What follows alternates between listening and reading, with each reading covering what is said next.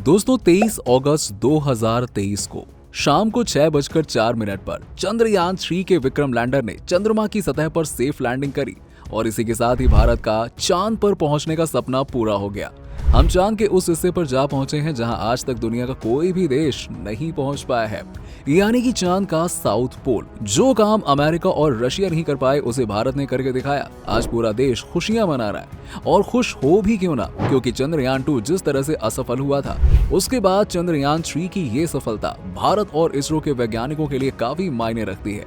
तो दोस्तों अब सवाल ये है कि चंद्रयान 3 अगर आज सफल हुआ है तो इसके पीछे की वजह क्या है।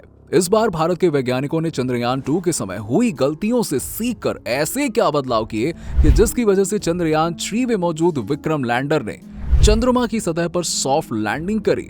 आज आप इस वीडियो को चाहकर भी इग्नोर नहीं कर पाएंगे, क्योंकि इसमें छुपी है वो सारी जानकारी जिसे भारत के हर एक नागरिक को जानना चाहिए। दोस्तों चंद्रयान 3 को लेकर हमारे इसरो के वैज्ञानिक पहले से ही काफी ज्यादा कॉन्फिडेंट नजर आ रहे थे, क्योंकि उन्हें मालूम था कि इस बार हम मून पर सॉफ्ट लैंडिंग करने में 100% सफल होने वाले हैं। 22 जुलाई 2019 को भारत ने श्रीहरिकोटा में मौजूद सतीश धवन स्पेस सेंटर से चंद्रयान 2 का मिशन लॉन्च किया था। चंद्रयान 3 की तरह ही उस समय भी चांद के लूनर सरफेस में यानी कि साउथ पोल पर सॉफ्ट लैंडिंग का हमारा इरादा था, लेकिन तकनीकी खराबी होने की वजह से चंद्रयान 2 में लगे विक्रम लैंडर से हमारा संपर्क टूट जाता है और लैंडर जाकर चांद की सतह पर क्रैश लैंडिंग करता है। हमारे वैज्ञानिकों से उस समय जो गलतियां हुई थी उसे इस बार ना दोहराते हुए काफी फेरबदल चंद्रयान 3 के मिशन में किए गए। लेकिन इन चेंजेस को समझने के लिए पहले आपको ये समझना होगा कि जब चंद्रयान 2 को लॉन्च किया गया था तब उस पूरी प्रक्रिया में आखिर हुआ क्या था और क्यों उस समय सॉफ्ट लैंडिंग के बजाय विक्रम लैंडर क्रैश हुआ था। दोस्तों चंद्रयान 2 की लैंडिंग के समय सब कुछ सही चल रहा था, लेकिन जैसे ही विक्रम लैंडर चंद्रमा की सतह से 335 मीटर की दूरी पर पहुंचता है तब कुछ ऐसा होता है जो भारत में बैठे इसरो के वैज्ञानिकों को अंदर से तोड़ कर रख देता है। महज कुछ ही दूरी तय करनी थी, लेकिन तभी एक हादसा हो जाता है और करोड़ों देशवासियों के सपने चूर चूर हो जाते हैं। दोस्तों चंद्रयान 2 को लॉन्च LVM रॉकेट की मदद से किया गया था, जो पृथ्वी के बाहर जाते ही अपने आप अलग हो गया और चंद्रयान 2 अपना आगे का सफर इसमें लगे बाकी के बूस्टर की मदद से तय कर रहा था। एक समय पर सारे रॉकेट के पार्ट्स अलग हो जाते हैं और बच जाता है सिर्फ ऑर्बिटर और लैंडर। यहाँ पर ऑर्बिटर धीरे धीरे धरती के चक्कर लगाना शुरू करता है।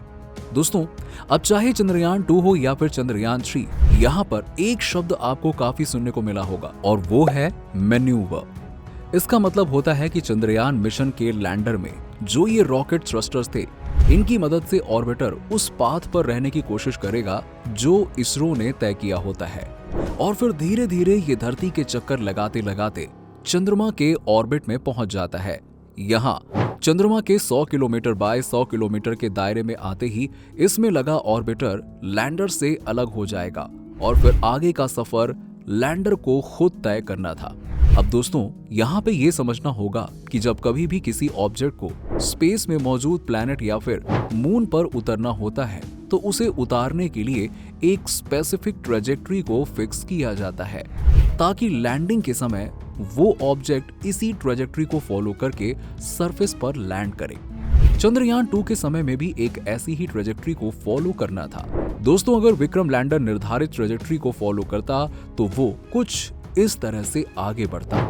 रफ ब्रेकिंग फेज को पार करके वो खुद को 55 डिग्री रोटेट करके सीधा हो जाता है और फिर वो सीधा एंटर करता है कैमरा कोस्टिंग फेज की तरफ, जहां उसे लैंड करना होता है और ये फेज के अंत तक विक्रम लैंडर अपने आप को थोड़ा और तिरछा करता है और जैसे ही फाइन ब्रेकिंग फेज आता है तो ये अपने आप को वर्टिकली सीधा करके उस जगह पे लैंड करता, लेकिन ऐसा कुछ भी नहीं होता।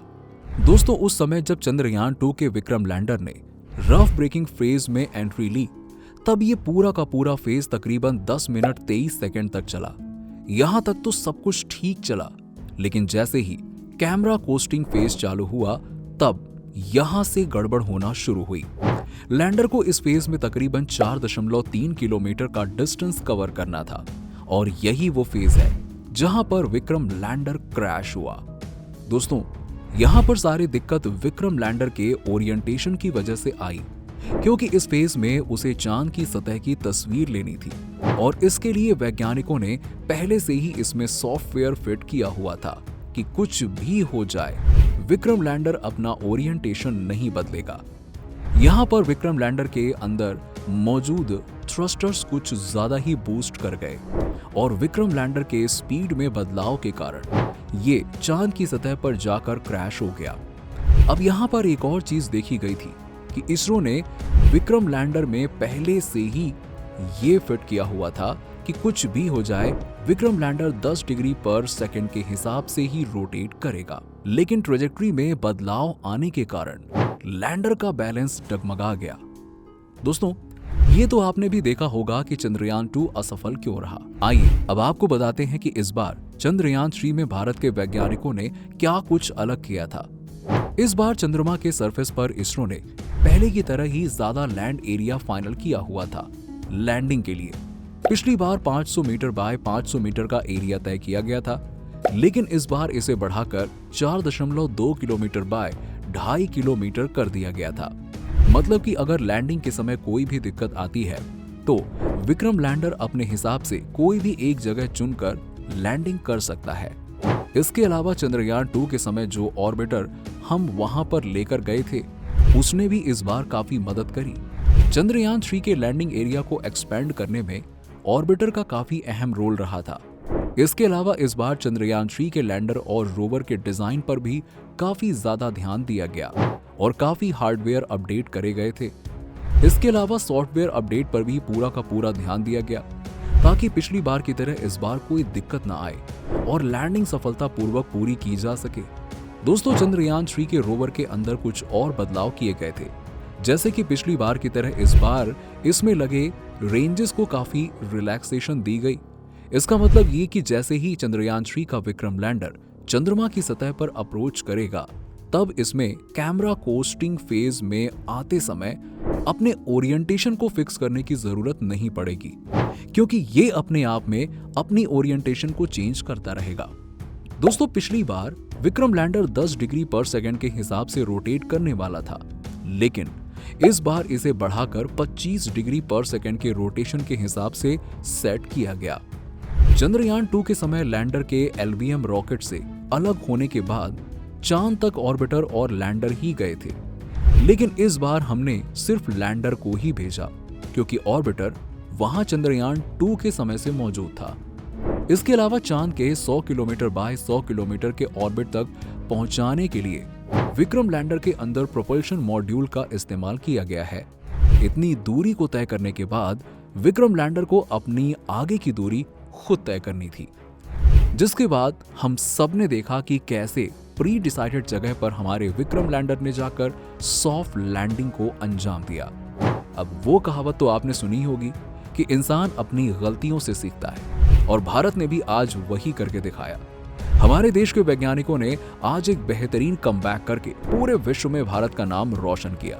इसी के साथ ही वीडियो में आज सिर्फ इतना ही। वीडियो को लाइक करें, शेयर करें और हमारे चैनल को सब्सक्राइब करें और कमेंट बॉक्स में जय हिंद जरूर लिखें।